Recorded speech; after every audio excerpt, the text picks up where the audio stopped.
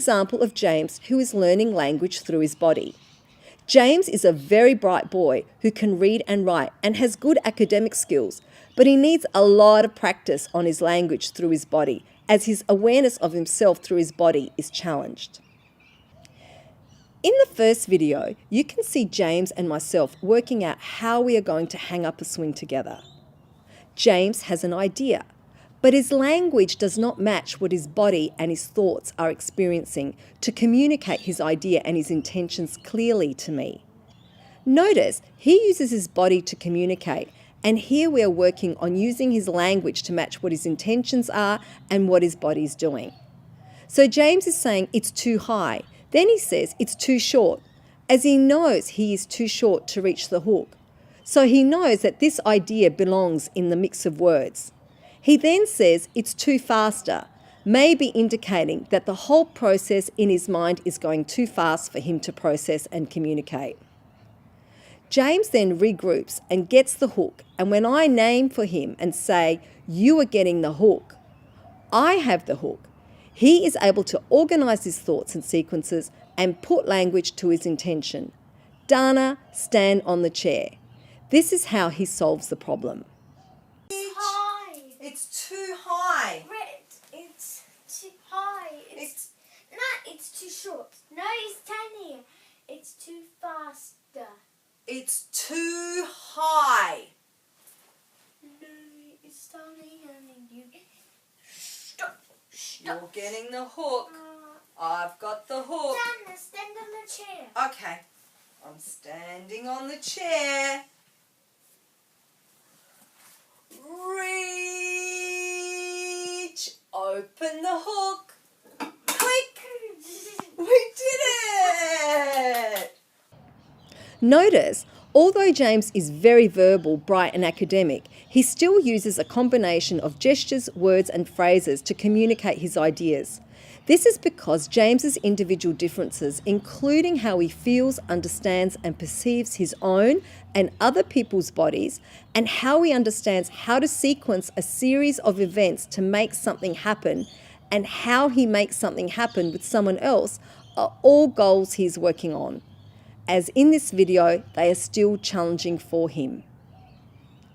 In the next video of James, you will see James learning about his body in relation to a slide and that he can't climb it because it's slippery.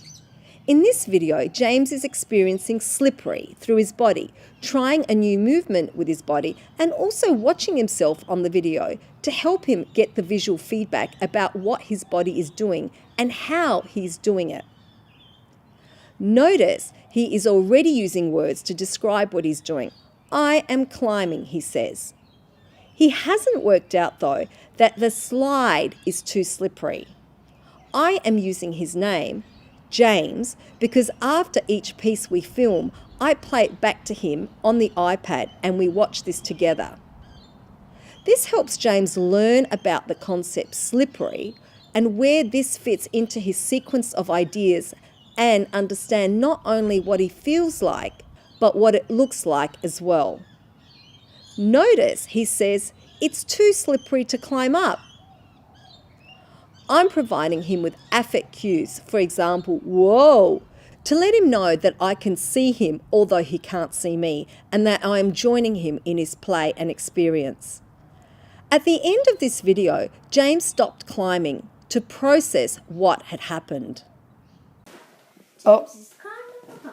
James is climbing up on the slide. It's too slippery. Yes, it's too slippery. Yeah. Whoa! Oh no, you slipped down. It's too slippery. Developmentally, if you watch a young child learn language, you will see a similar event. The young child learns about their world and themselves by doing and experiencing themselves and their bodies, as well as others in play that they enjoy and are just right for them. That means the play is not too hard and not too easy.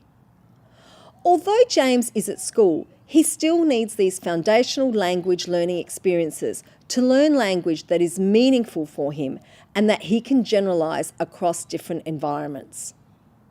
Children like James have taught me that speech pathology is so much more than just speech and language development.